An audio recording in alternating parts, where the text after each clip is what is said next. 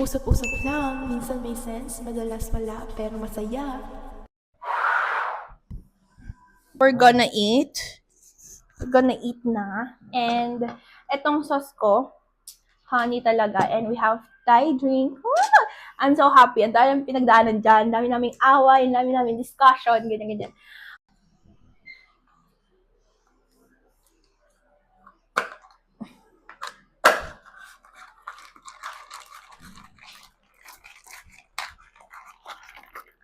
Madam. Ganun pala ito niya, pero may mapagkatabong na. Masasarap tayo. Ayaw nga pala. Okay. So, kain tayo. So, we have a bowl of question. And kakuha tayo ng question while eating. So, this is a bite-sized conversation kasi hindi naman lahat nandito. And we're eating bite-sized and conversation. We're conversing. So, let's start. So, tingnan na muna natin yung steak mo. Ito mahal mo lang. Gusto mo hiwain mo na nga lahat? Pero kasi gusto mo hiwain mo lahat yung sayo. Di, okay lang po kahit huwag mo. So, kagat-kagat. Ito mahal mo lang. Hindi gusto mo hiwain mo yung sayo. Para gusto ko kasi maghiwa eh. Tikman mo yan. Masarap yan mahal. And my honey. So, sige. Bunot ka na isang question. Anong ginagawa ko na nagpapainit ng ulo mo? Ay, ang dami. Ano? Ang Isa lang. dami. Isa lang? Pinaka. Oh, kasi lahat naman, ang pinaka is yung Ito yung malang. inis ka na, pero, mas iinisin ka niya. Pero, magmamang-maang siya na, wala naman akong ginawa eh. Yan, nainis na ako. Hindi niya siseryosohin. Parang hindi niya nararamdaman na inis na ako. Tapos mag-rush out na lang ako. Pa-victim na siya. Ano ikaw, anong pinaka nakakainis ng galit? Ano naman yung bigla ka lang naiinis na. Minsan kasi di ko alam yung anong nagawa ko sa kanya. Kasi nga, di ba, lagi, ito naman yung maganda sa relationship namin. Na pinag-uusapan namin yung mga bagay na it doesn't went well or basta hindi maganda yung nangyari. Hindi pa kasi. So, lagi ko sinasabi sa kanya na I have parang struggling, thinking so much. Kasi ang daming nasa utak ko and minsan may mga tanong siya na kaya mo namang sagutin on your own. Parang itatanong pa niya. So, parang nang nagtatranslate is nainis na ako kasi parang sa isip ko, alam mo na bakit tatanong mo pa? Ganyan. So, yun yung reason kung bakit ako naiinis. Kasi lagi ko naman sinasabi sa'yo na if nagagalit ako sa'yo, if minsan nasisigawan kita, it's me against me. Diba lagi ko yung sinasabi sa'yo? Kasi, ayoko na yung magkaroon tayo sa relasyon na huhulaan mo yung nararamdaman ko. So, this time, very vocal ako na very vocal ako na ito yung parang nagpapainis sa akin. Minsan kasi nasa utak ko and napapasa ko sa kanya. Pero ang good thing is, nasasabi ko sa kanya na it's not because of you, hindi dahil sa nagawa mo, it's because of me. It's because of me against me. So, yon maganda yung well-communicated kami sa relationship. And every Sunday, meron kaming gantong usapan and inaano namin na parang ino-audit namin na okay, ano ba yung nangyari last week, ganyan, ano ba yung bagong dapat baguhin, something ganun. Importante talaga yung pag may hello. Kasi importante talaga pag hello po. Mahal. Importante kasi pag pag may pinag-awayan kayo, dapat kung hindi nyo man mapag-uusapan ngayong kunyari sa gabi, hindi nyo mapag-uusapan or sa higaan, hindi nyo pag-uusapan or sa susunod na araw, dapat mapag-usapan nyo na ano nangyari, bakit nagkaganon, tapos may isip nyo yung solusyon, yung mga ganon. Para sa susunod na away, alam nyo na. Kasi merong iba sa relationship na hindi tayo matutulog hanggat di tayo ayos. No, it's iba yung amin kasi high emotion ako, tapos may work akong ginagawa. So, parang I don't have the time na makipag-usap ng hinahon, ganon. So, most of the time, parang hindi na lang kami ulit mag-uusap. Tapos parang mamaya, katulad kanina, niyakap na lang kita. Kasi parang I feel bad. Yun, I feel bad. Pag I feel bad, kayo na una. Pero pagka parang, ng I feel bad, I feel good. Ta-na-na-na-na-na. eh. So, yon. Next question. Ako naman. Kain ka naman dyan. ASMR. Char. So, next question will be, anong simpleng ugali ko na sobra mo na-appreciate? Like, can you state 3?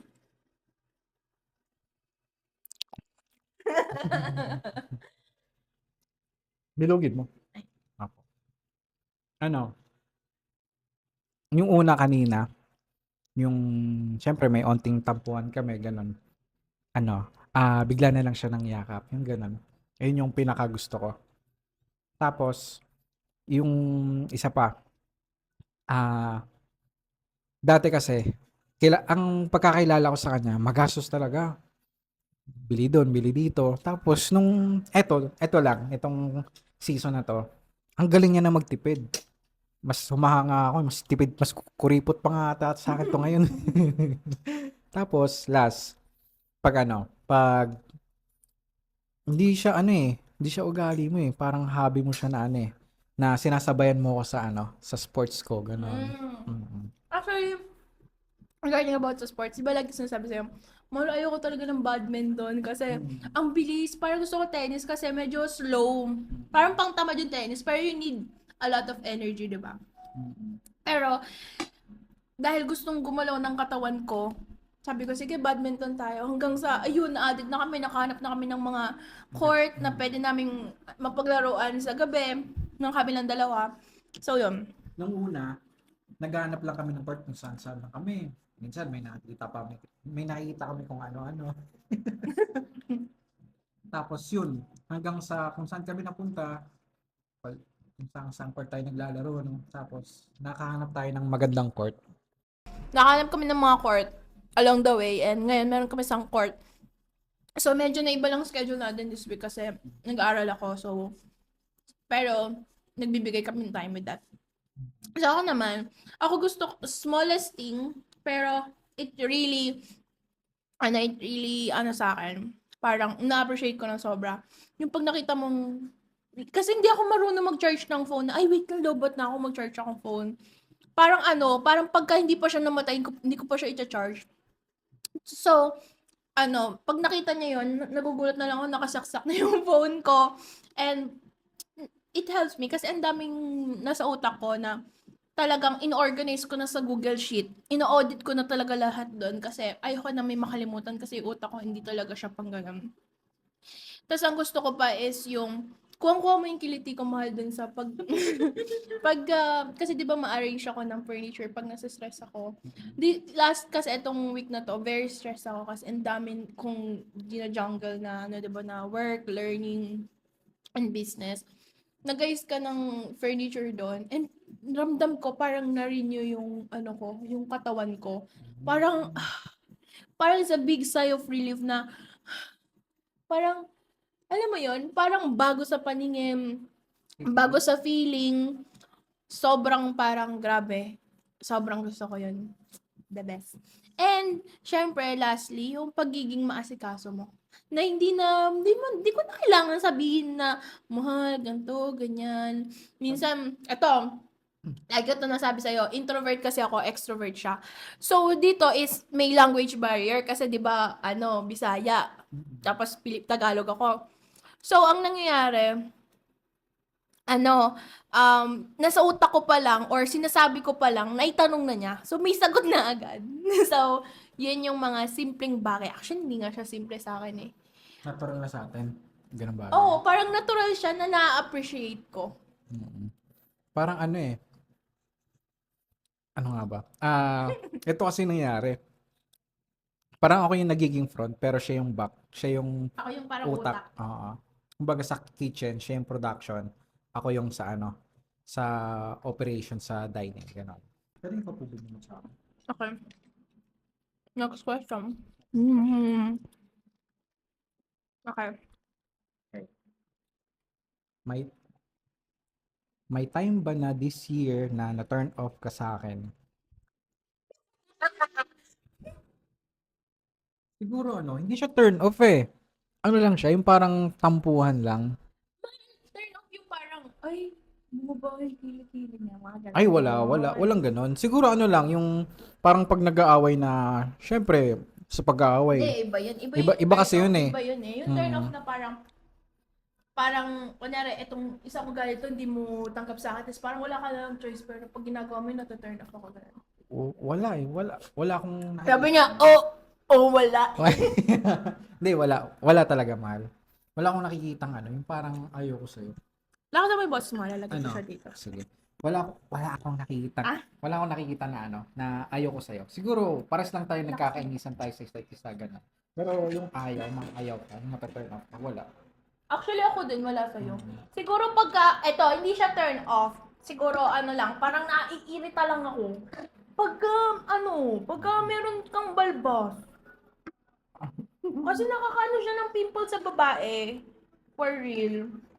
Real na real. So, yun. Okay, next question. Next. Sino sa atin ang laging unang nagsasorry at paano? Paano nga ba?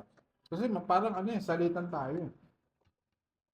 Ano? Ikaw, anong observe Ako, mo? ang observation ko is mostly siya.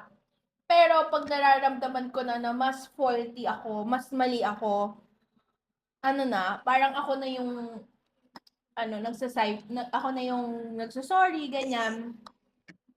So, feeling ko, yun. Ganon.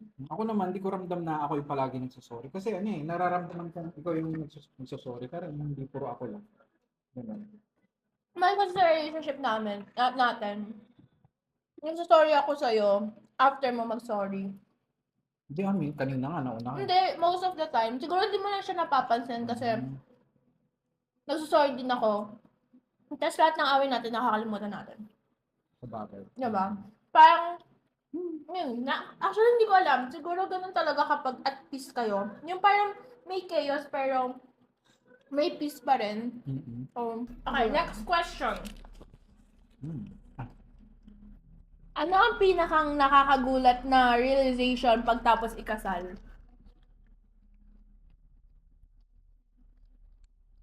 Ayun yung tanong ko sa'yo, di ba? Ako sige ako na una sasagot. Sige. Mas gusto ko yun. Ako is, syempre, nag-solo living ako for 3 years. Tapos, yung feeling na lagi kami kasama. Kasi ako parang pag na-overstimulate ako, lumalayo ako sa tao. So, nagkasawa ka, lagi kang may kasama. So, minsan parang ayoko may kausap, ganyan. Minsan ayoko na nahahawakan mais. So, yun. Realization ko is parang, kaya naman palang ma-manage yung mga bagay-bagay na parang okay, magiging honest ka lang sa partner mo na minsan kasi pag sinasabi sa kanya, wag mo kong hawakan. Kasi na-overstimulate ako. Parang naiinis ako. Yung parang pag nagano'n ako, parang, basta yun, mahal. And, salamat kasi naiintindihan mo. And, na-realize ko na mas mahirap mag-manage ng finances pag dalawa na kayo. Sobrang hirap pala. Pero, ginagawa ko siya iba't ibang strategy. And ngayon, meron kaming strategy. Meron kaming group chat na for errands, for business. Kasi, parang pagka PM kami, parang Nawawala. parang di all over. Parang send ng link dito, send ng link. So, organized. Sasapalan lang. Actually, mahal, alam mo, organized ako sa online world. Tsaka organized siya dito sa bahay. Tapos parang na-organize ko lahat. May inventory kami ng mga toiletries namin. Meron kami lahat ng pumapasok na pera sa expenses account namin, naka Google Sheet yon. Savings namin, kasi minsan sa savings tayo nagbabawas ng, gusto umutang, ganyan. Sige, sabay-sili. Yun. And, yun yung realization ko na parang mas doble. And, hindi pala kapag tas ikasal mag-aanak. Ganun nga rin sa akin. Parang, yun nga, napagkasunduan natin na, sige, business muna. Bago anak. Parang unang baby namin is business. And it's coming reality na onti-onti. Konti And, na lang. Yun, parang sa akin ganon. Mm. So, siguro, good thing na lang, sama sa Diyos nakahanap ako ng partner na sumasabay. Ako kaloob. Salamat sa Diyos kasi sumasabay. Parang smooth lang eh. Like, pag gusto rin niya. Hindi ko alam kung nagjo-joke ka lang ba. Hindi, trip ko rin eh. Yun, ganun. Parang, yun nga, mostly ako yung magbibigay ng idea, tapos ipapolish niya, tapos pagka okay, imo-modify ko, ganyan. So, realization ko is, pagka nag-asawa ka, hindi dahil mag-aanak ka na or buntis ka, ibayin natin yung ganong isipin. Minsan, they just want to be together, na wala nang tinatago sa iba, 'di ba? Kasi as very secret sa church, meron tayong parang law regarding about that. And masaya kasi you got to do everything, 'di ba? So, next Hindi, question. ako pa, Ay, sasagot pa ako. excited sa next question. Ano naman, sa akin naman, sabi nila, pag nag-asawa ka na, nakatali ka na. Kumbaga, kasal, sakal, ganon. Pero ano naman, hindi naman siya, pag nagpakasal ka, hindi naman siya sakal. Dapat napag-uusapan nyo, ganon. Kung anong ayaw mo, anong gusto mo, tas anong gusto niya, anong ayaw mo. At aalamin mo rin. Hindi yung puro gusto mo lang, kaya inaisip mo, nasasakal ka, ganon. Hindi, mahal. Ano?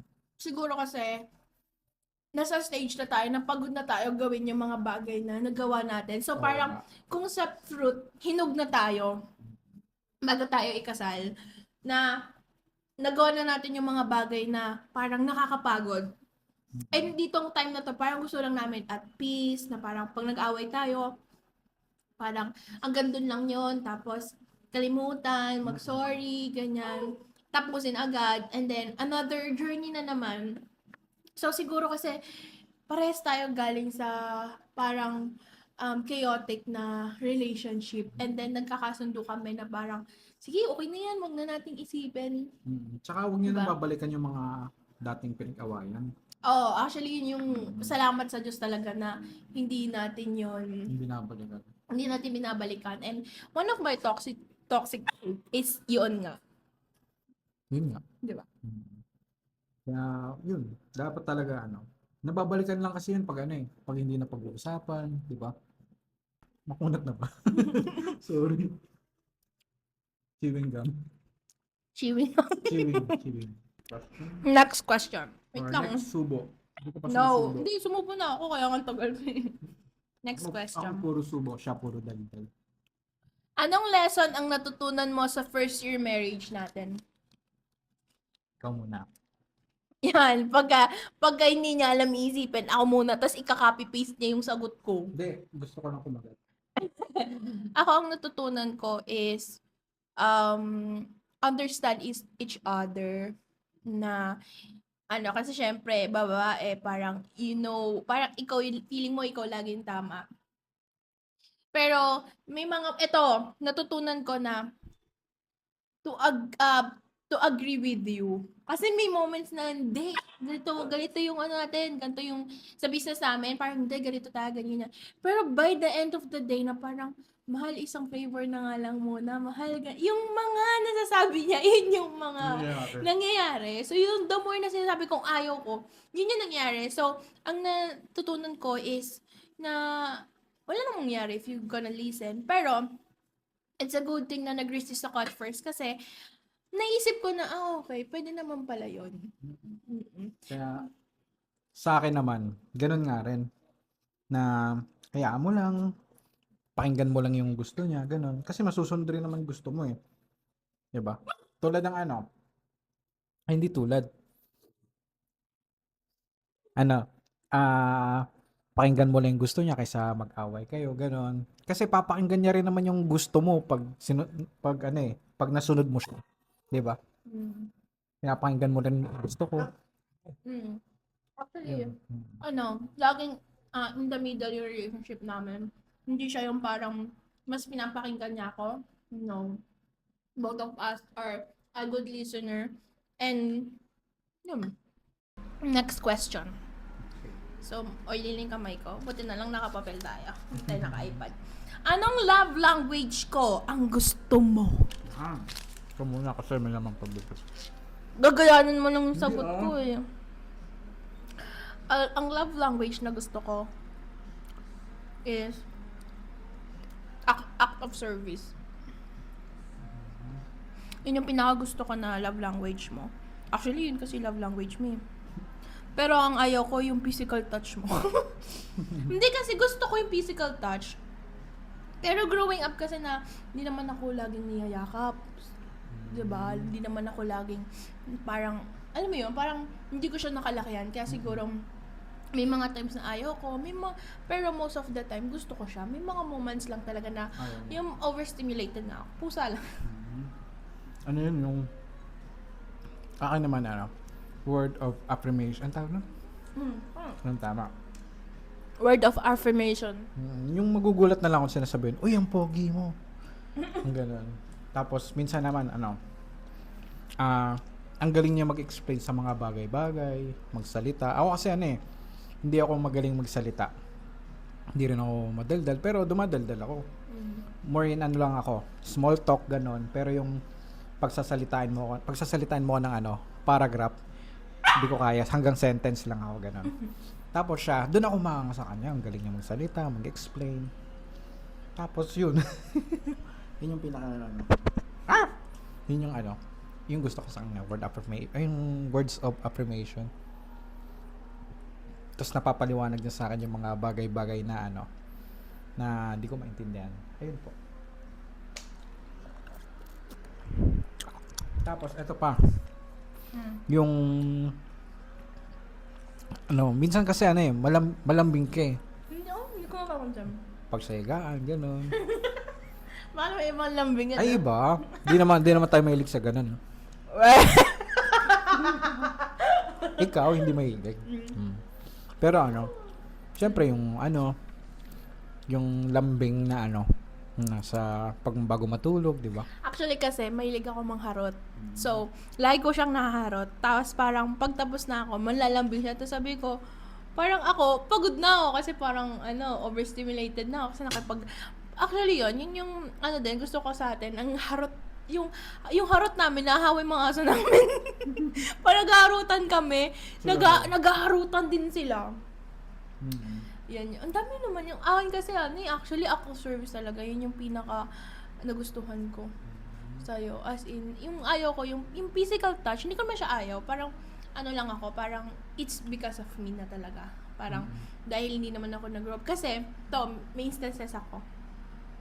Nung umuwi na ako dito sa Bohol, doon pa kami nakatira sa side ng mama niya habang basta habang inaayos yung bahay. Diba?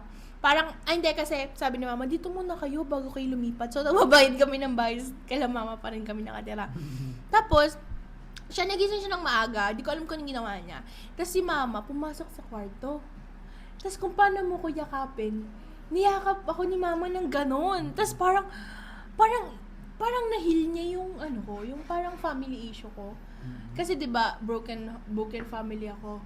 So parang ginagawa sa akin ni mama yun, pero siguro nung bata pa ako. Tapos nung ginanon ako ni mama mo, parang okay. Na parang may ganun pala. Na kahit matanda ka na, niyayakap ka pa din. Kaya parang sabi ko, ay grabe. Parang buti na punta ako sa gantong family.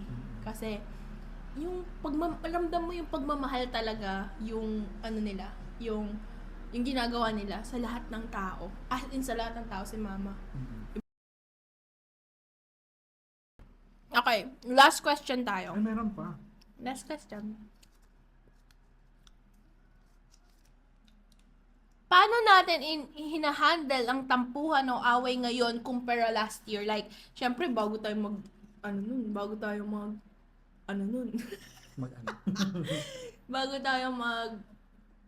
karelasyon, syempre, may pagkapabebe pa na,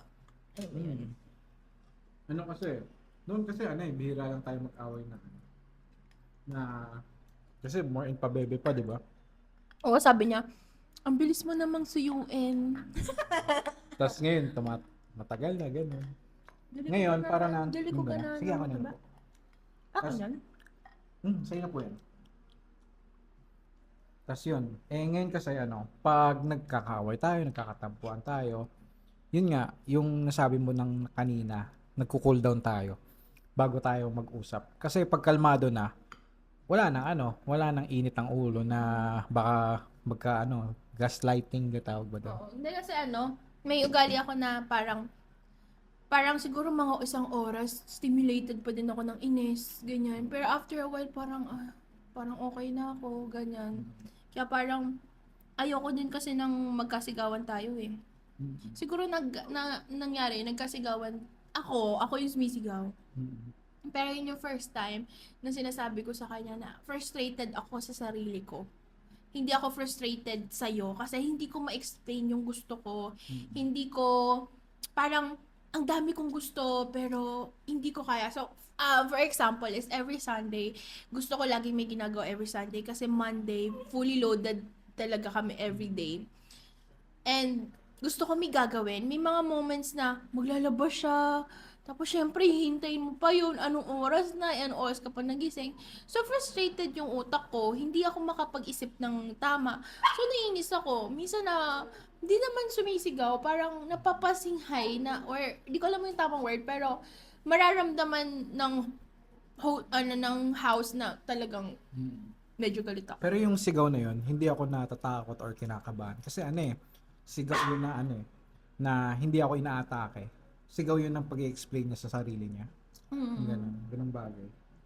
Kasi sa sobrang dami pong pasok sa isip ko, parang nahihirapan na ako-explain. Actually, dun ko na get si mama na, kaya pala sumisigaw si mama nung bata ako, or nung mga school ako, kasi it's not because of me, kasi nahihirapan siya na parang hindi niya malatag yung naiisip niya.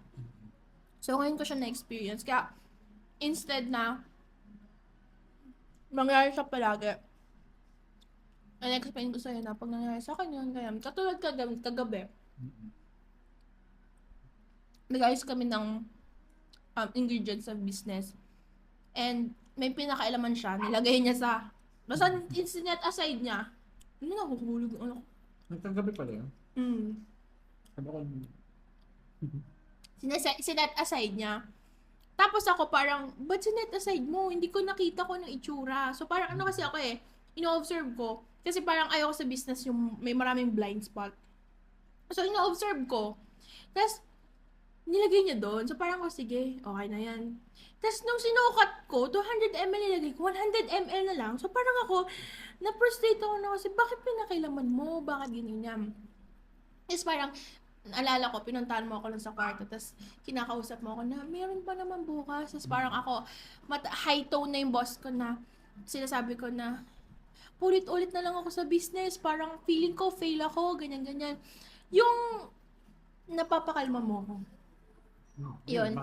Napapakalma niya ako. Like parang, sige, hindi niya lalabanan yung mga words na sinasabi ko na parang, hindi na siya magagalit. Kasi, first of all, in-explain ko na sa'yo na pag napapasigaw ako, it's not because of you. Siguro dahil, lagi ko yung sinasabi sa'yo, nagigets mo na ako na, hindi, kailangan lang nito ng kausap. Hanggang sa, nag-usap kami, hindi ko na namamalaya na, parang, okay na yung pagsasalita ko, bumaba na yung tono ng boses ko, napanatag na ako, ganon. So, parang, salamat sa Diyos kasi, so, ayun ang ending ng video. And ano ma-advise mo sa mga 25 years old and above na gusto na magpakasal? So, ako muna magsasabi kasi baka sabi mo copy-paste. Bago kayo mag-asawa, sulitin nyo muna yung pagiging binata at dalaga nyo. Para di nyo na hanap-hanapin yung pagiging binata at dalaga nyo. Yun lang. Ikaw?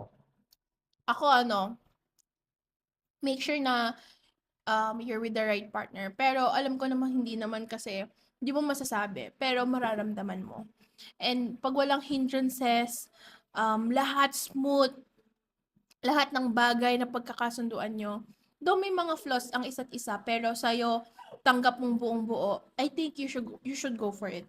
Parang wag kang magtatanggap ng isang tao sa buhay mo na una pa lang ayaw mo. Kunwari, nagsinungaling siya sa'yo, hindi pa kayo mag-asawa nun, magkarelasyon pa kayo or nangliligaw.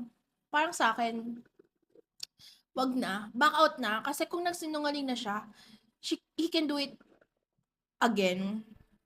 And sabi nga 'di ba, pagka napasok ka sa isang trend na mali, yung papunta, bumaba ka na kasi it will cost you a lot kung maghihintay ka pa kung kailan ka bababa. So, yun yung natutunan ko naman, mahal, sa past relationship ko. Na pero, I feel like this moment is the right timing for the both of us. Ganun. Kasi, kung di nila alam, sa anak natin yan, kung di niya alam na 2021, nagka-chat kami, nagkaaminan kami, pero ramdam natin na hindi parang hindi pa yun yung moment na yun. Pero hindi ko naman look forward na na maging tayo. Siguro magkaiba pa tayo ng page, ganun. Tapos hanggang sa nagkausap kami ulit, tapos yun yung time na parang hindi na ako naglo-look for love. Tapos biglang parang, ay, iba to parang hindi pa kami nagkikita, kasama na ako sa pangarap niya. So parang kasi, yun yung parang nagpapakilig sa akin, yung sinasama ko sa pangarap. Kasi, syempre, pag kasi sinama ko sa pangarap, di ba parang, ba't naman kita isasama sa pangarap ko, ilang ano pa lang tayo, di ba? Parang ilang days pa lang nga tayo magka-usap nun. So yun, parang advice ko na magkaroon kayo ng standard when it comes sa man, and make sure nyo na the man is being raised with the well family, na hindi puro sigaw, hindi puro well, wala namang perfect, pero yun yung sa akin ma-advise ko if you really want a nice guy. And also for the girls, make sure to talk about finances, to talk about your hobbies, your life, and ano ba talaga yung gusto mong setup. Kasi nasabi ko naman yun sa kanya na gusto ko nag-work tayo dito, magbi-business tayo, which is thank you Lord kasi it happening step by step. Again. Wait. So, yun. And ang dami kong gustong sabihin kasi ang dami kong natutunan sa relasyon natin. Super, super dami kong natutunan. Yan. Siguro, let's just have another bite-sized conversation. Oo, Ben. Yan. And, yeah. And, sana nagustuhan nila yung video na to. And, sana ma-edit. Ako nagustuhan ko yung kausap ko. Ay. Actually, wow, may paano kasi palagi tayo nagdi-deep talk. So, this conversation, or yung mga ganitong conversation, is very natural for us to talk about it. Kasi, minsan, may gabi na, pinag-usapan lang natin. Usap lang tayo, no? Usap lang tayo. Usap lang kami. Pero mas marami tayong, Ayoko na din. Mas marami tayong nasasabi pag off-cam, gano'n. Tapos yun, etong vlog na to, gusto ko lang din explain bago natin siya i-end. This vlog is for documentation purposes only. And if you like this video, feel free to watch it. Pero if you don't, it's fine. And this video is for our future kids. Para if ever they're going to ask the question like, ano nangyari ng 1 year ninyo habang wala pa kami? Mga ganon. Parang may babalikan tayo. And video na siya, di ba? Yung parang, hindi na kami paulit-ulit magkwento, and kung may makalimutan man kami. Send link na lang. Next, papain na sa projector. Projector na. Tapos yun. And actually, eto pala, advice ko. Kung mag-asawa kayo, tapos wala pa kayong anak, okay siya na i-plano nyo talaga. Kasi kami, nagpa-practice kami na kung ano yung mga, kunyari, mag-aaway kami, di ba? Yung tahimik lang. Ayoko na, mahal. Sakit na nung dito ko. Parang ayoko yung magsisigawan. So, parang napapractice natin yun. Tapos napapractice namin na magkaroon ng tamang buhay na meron kayong physical activity. Kasi if ever na magkakanak tayo, kahit nasa, pram siya, nasa stroller siya, tapos magba-badminton tayo. Feeling ko ganun. Tapos ako lang bulong siya. Tsaka yung isip natin nasa anak na natin. Oo. Yun. Pero syempre, if nabigyan naman tayo, pinagkalooban tayo agad, all of them, walang problema. Anytime, anywhere. Last na. Anong message mo sa akin sa first? Kasi syempre may iba nagpo-post sa Facebook, diba? Dito sa video na lang natin idaan. Sige. Ikaw muna. Parang half face. Sige na, ikaw na. Ikaw na muna. Ikaw na. Nag-isip pa ako eh. Sige. Ako, hi, ma. Ba't ganun? Ay. Eh, kasi di ba yun yung mga... Ako, ang message ko, pwede ka naman magbago, pero change for the better. Huwag ka na ng, I mean, sana, loobin kung magbabago ka man for the better, for ma-enhance yung family natin, and, um, thank you for being the best. Kasi the best talaga, mahal. Legit. Oh, huwag kang iiyak. Hindi, the best talaga kasi parang having you in my life, parang na-heal niya lahat yung family issue ko. Like, in general talaga. Naging close kami ni mama. Si mama na nga yung kachikahan ko. Si mama yung tinatawagan ko. Tapos, alam mo yun, nagsasend ako random video kay mama na hindi ko naman ginagawa before. And, yun. And, yun, to more journey and more fights to come. Sana ma-surpass natin the way we handle it right now. Sana yun yung masustain natin. Sana magbago tayo for the better. Kung mag-anak man tayo, syempre, I have more maternal instinct, I have more, para may motherhood na doon. So, expect na magbabago talaga ako. Actually nga, sabi ko nga, kung magkakaanak tayo, tapos manganganak ako, and birthday ng anak ko is parang birthday na din ng bagong self ko. Kasi magbabago talaga yung routine natin. Siyempre, I'll be more focused dun sa anak natin, and siyempre, household, tapos ikaw talaga yung parang, talagang, wingman. Kung sa ML, ikaw yung wingman ko. So, yun. I'm just happy na nakahanap ako ng... Kinalooban ako ng Panginoon. Kasi sabi nila, di ba, ang mabuting asawa is kaloob ng Diyos. So, ikaw yung mabuting asawa. Eh, ako. So, ako is yung, yung parang... May word si mama dun eh. Nilingap ka ng Panginoon gamit ako. Hindi man ako yung mabait na mabait. Kasi iba yun. May pa rin ako, maldita, ganyan. Aminin ko, may pagka Angry Birds ako minsan. Pero ikaw yung mabuti dun. Ako naman ginamit ng Diyos para lingapin ka naman. Kaya I'm just blessed na we have this current setup na we got to work from home, we can do our hobby, we can start a business, we can go to the beach. We can plan everything here in Bohol. And yan lang, more journey to us. And yeah, stay safe. Ako naman, kung magbago ka man sa good for better or for worse. Bawo yan. ano, message ko sa akin yan. Teka lang. Tata. Ito message ko po sa'yo. Di na ako natuloy-tuloy. Ano po,